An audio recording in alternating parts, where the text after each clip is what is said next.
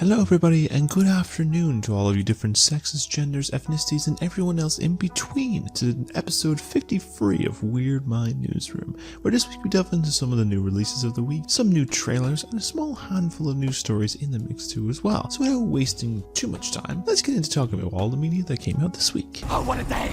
What a lovely day! Oh, what a lovely day indeed. For a bit of revenge, it is time again to return to the wastelands and road warriors with a new prequel based on the popular character from Fury Road, as we learn her story with Furiosa, a Mad Max story. This prequel story will follow a young Furiosa, in this played by Anya Taylor-Joy, who gets taken and kidnapped from a group of mercenary biker group led by the warlord Dementus, played by Chris Hemsworth, as they take on a war with a citadel led by the all-powerful Immortan Joe. As the two warlords clash for dominance, Furiosa will find herself in a non-stop battle to get back home and become a legend in her own right. The reception for this new prequel, like the last entry, has been highly praised for its performances, its action, the story and setting, and another strong hit for the mind of George Miller. And if you're up for a top-of-the-line action film, you can catch this new film out now in cinemas. But if you want some form of action, but something that fits more for the whole family, then you are in luck as well, as nearly 2 decades since their last big screen appearance, everyone's favorite lasagna-consuming, Monday-hating lazy fat cat is back with the newest animated film of the Garfield movie. This new outing will see Garfield enjoying his peaceful life of endless food and dealing with his owner of John Arbuckle and his dog companion of Odie. But suddenly, he gets caught up in a massive adventure in the great outdoors when Garfield ends up being reunited with his long-lost father of Vic, who got himself caught up in some messy business with a fancy cat that leads them involved in a dastardly heist. Reception for this film has been a bit of a mixed outcome, with more of a sort of poor outcome mixed in there, with praise towards the animation and some characters and casting, though some of the story elements and the excessive use of product placement has been sort of panned in particular. But if you want some new adventures fit for the whole family, then you can catch this new film out now in cinemas. Wrapping up the films for the week is taking an all-new sci-fi adventure with the new film of Atlas. This new feature will see a woman named Atlas Shepard, played by Jennifer Lopez, a brilliant but misanthropic data analyst with a deep distrust to AI, joins on a mission to capture a renegade robot with whom she shares a mysterious past. But when things go awry, her only hope to save humanity from AI is to trust it. Reception of this film has been very much panned, with critique to a lack of development for the characters and the world building, story and characters, and feeling like another messy film from the Netflix vault. But if you want to check out this new sci-fi project, you can catch this new film out now on Netflix. On the TV side of things this week, besides the third episode of Smiling Friends, it's time to head back to the small little mountain town for a new special based on the characters of South Park, the new form of the end of obesity. This new special will see the focus about the use of some new drugs that will have the people of South Park going nuts to lose weight. We'll see the boys helping Cartman to obtain the life-of-changing drug and maybe create their own. Now, the reception for the special has been well liked, keeping things topical and taking a jab at the basis of drugs, body positivity and so much more in this near-hour special. And I've watched it myself earlier yesterday when it dropped, and it is a fun little story. And if you want to check out the series for yourself, you can catch this new special now on Paramount+. Now for the new release of a game that's not a reboot or remake, but rather a follow-up to a game that was made with such a small team that turned into a cult classic hit of success, as Senua is back with the sequel to Hellblade with Senua's Saga. This new game will follow on from Senua's Sacrifice and will see her go on a brutal journey of survival of the myth and torment of Viking Iceland, with her intent on saving those who have fallen victim to the horrors of tyranny, while also facing the battle of overcoming the darkness within and without. Reception to this game, like the original, has been praised for its art direction, visuals, and sound, with some critiques to pacing issues and some issues with the combat system. But if you want to try this game out for yourself, you can play it now on Xbox Series X and S and PC. And the final release of this week is bringing the sense of nostalgia of a journey that is folded together and has stood the test of time for 2 decades at this point, to see an all-new remake of the popular game of the series of games with Paper Mario: The Thousand-Year Door. This game's plot follows the 2004 GameCube original, sees Mario being requested by Princess Peach to journey to the island of Rogueport in the search of an ancient treasure. But when the princess is captured by a group of aliens known as X-Nauts, Mario will team up with companions including Gumbella on a journey to find the secrets of the Thousand-Year Door, discover the treasure, and save the princess. Reception on this remake has been very well praised, for the love and respect of what made the original such a popular entry in the series, with new fixtures to make it the best way to play. Well, you can play the original if you have a copy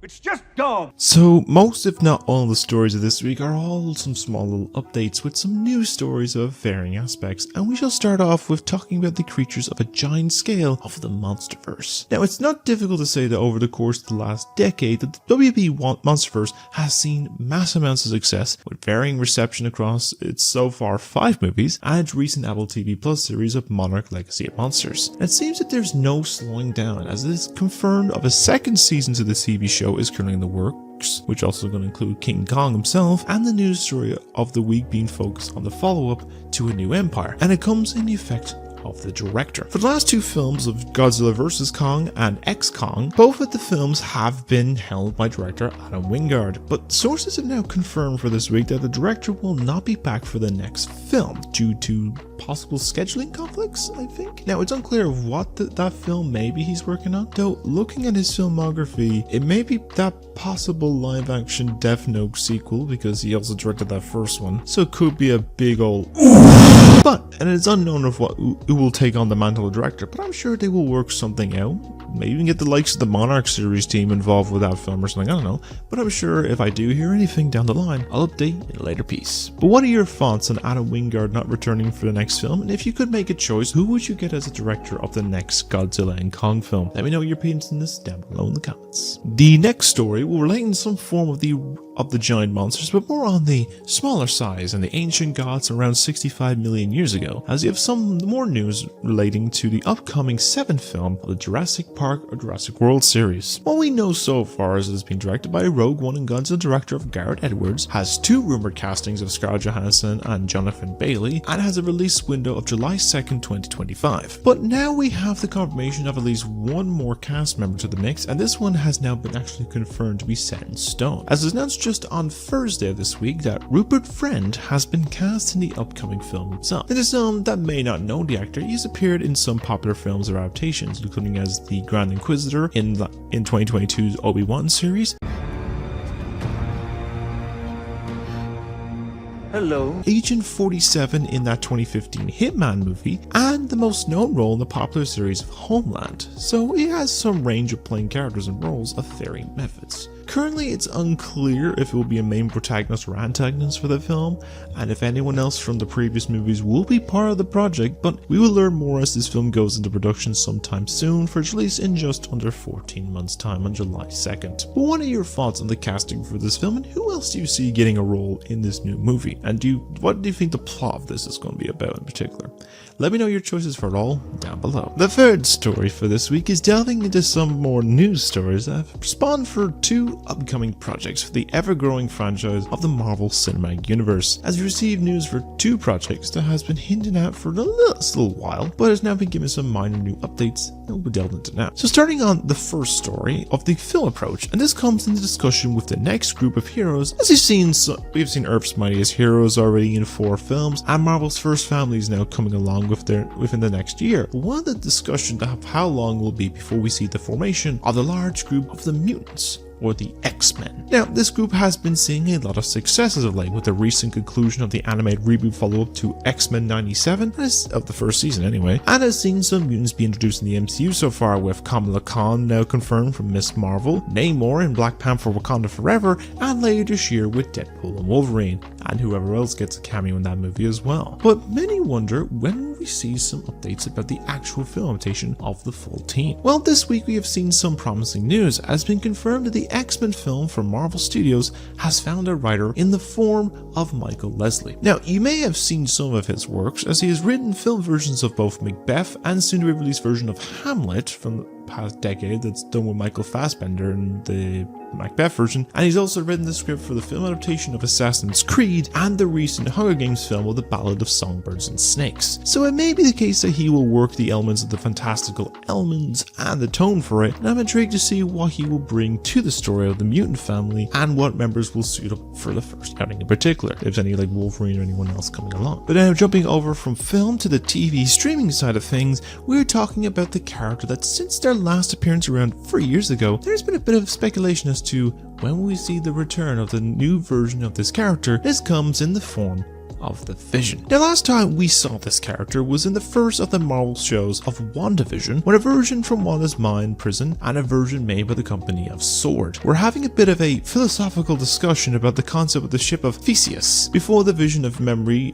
gave him sentience and everything that Vision remembered, like basically White Vision remembered, passed, and then that White Vision version flew off somewhere and has been seen since. He might have escaped from the Hex. Now, following the end of that series, there has been some rumors floating around about that we would get a second spin-off of that series besides the Agatha All Along series coming out this year, and this is in the form of a series that's been entitled Vision Quest. And now that rumor may have been made true, as it also this week is revealed that the series has a showrunner in the form of Terry Matalas, whose known credits have been made for some of the series of Star Trek, with Star Trek Voyager, Enterprise, and some of Picard, mainly the second and third season I think, as well as the creator of the series of 12 Monkeys, so the veil of sci-fi and superheroes of another time is not new to him. Now, not much else has been shared of what to expect as of yet, but they have also given a tentpole of when we can expect to see this series in particular, and it's projected for release sometime in 2026. So there is a bit of time to start some work on it, but I'm sure we'll learn more about the project over time, and once I do, I will update you in a later piece. But what are your thoughts on some of these new stories of the MCU, and are you excited for any of these projects in particular? Let me know what you think of it all down below in the comments. And the final stories for this week are focusing on two new announcements that have been presented and shown to us from the streaming giant of Netflix, with the first look at the new take for an ongoing series, and the other is a confirmation of a follow-up to an acclaimed series of films. I'll discuss them here below. Now, initially I was going to put these in trailers, but I felt they fit more sense for the news stories. So the first of two pieces is an announcement, first look, then full trailer, and this is the basis that we will receive the first glimpse of the new version of Geralt from season 4 of The Witcher. Now, production on this season has started just a short time ago. I think it was in the last 2 or 3 weeks or something like that, I believe, and there was some behind the scenes snaps taken with mixed quality look to it. But earlier this week, Netflix unveiled a small little teaser that gives a look at the characters. The character in particular, now being portrayed by Liam Hemsworth. Now, so far they do look similar and keep in the same look, but there is more noticeable difference, mainly comes in the form of this version being slightly less bulky, but this is the case since Henry Cavill is a massive beefcake swole man, so it's kind of that indication, so it's gonna be a little minimal. And the teaser does not show much but Geralt with a horse in tow traveling through a wood in the late hours of the hunt for something or someone. And I can't get too much of an impression on it, so for the moment, I'm sure we'll see more of the full performance come a full proper trailer is released to the public in due time. And the second and final announcement was one I was waiting for, and I'm excited to hear any form of an update. This comes in the form of the next installment of films based on the mystery that goes quite deep and created from the mind of Rian Johnston. Now, over the last 5 years, Johnson has made 2 excellent films in a series known as Knives Out, with the original film in 2019 and the excellent sequel of Glass Onion 4 years later in 2022. That both have a star-studded cast and starring an entertaining performance from one Daniel Craig as famous Southern detective Benoit Blanc. Now, it's been a wonder if they are keeping that last some secret to drop for release later this year, and now just on Friday of this week, we've gotten that answer, as they unveiled the official title for the conclusion to this little trilogy, with the third film now titled Wake Up Dead Man, a Knives Out mystery, with this being described as Blanc's most dangerous case to date, as the film enters into production this week. The only other information we know is that this film is now projected for release not this year, but in 2025. And for my guess, I'm going to be saying similar release to the first two, around a November-December release like the first two. But either way, I'm excited to see who will be joining the cast for this, and I would love to watch that on the big screen if they do another theatrical release, because I missed Glass Onion, but I love to watch both of those movies on the big screen again. But I'm sure we'll see how more of this goes along, and probably update on some cast when that film enters deep into development. But what are your opinions on both of these announcements, and what do you think of Hemsworth's look as Geralt, and are you excited for Wake Up Dead Man, and who do you see join the cast of this prequel? Let me know your opinions and choices down below, and let's discuss them there. And with all of that, that's all the news that we have for this week. And that's why we should go from Sunday to Tuesday.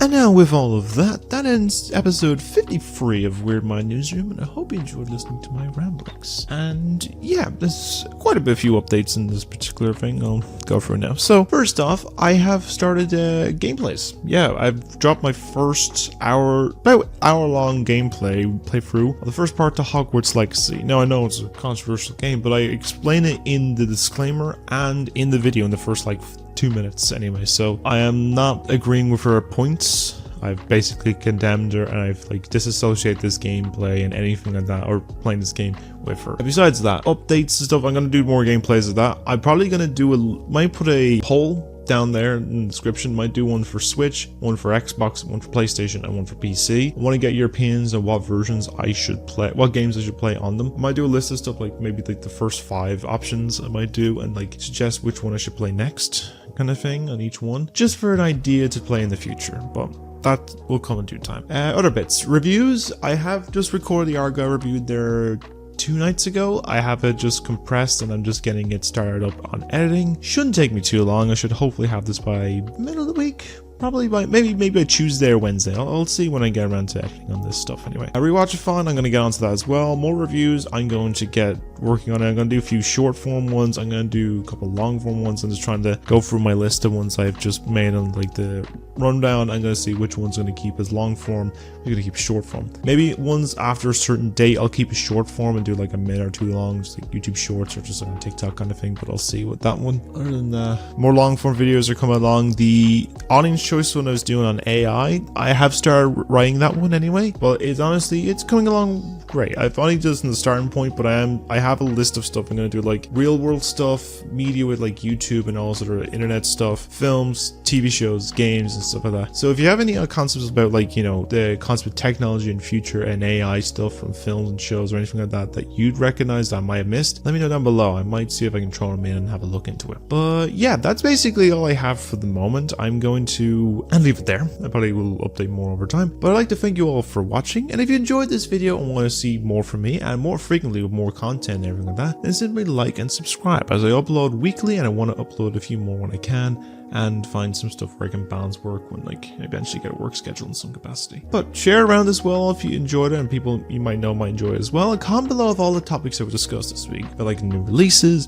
all the trailers, and your opinions on the news and stuff like that kind of thing. But as always, I hope you all stay being wonderful people and have a great day every day, doing many great things, and of course keep being you, because no one else can do what you do. So anyway, that's where I'm going to leave the episode for now, and you say bye bye? Yeah? You say bye bye? Thank you all for watching, and I'll see you all in the next video. So take care everyone, and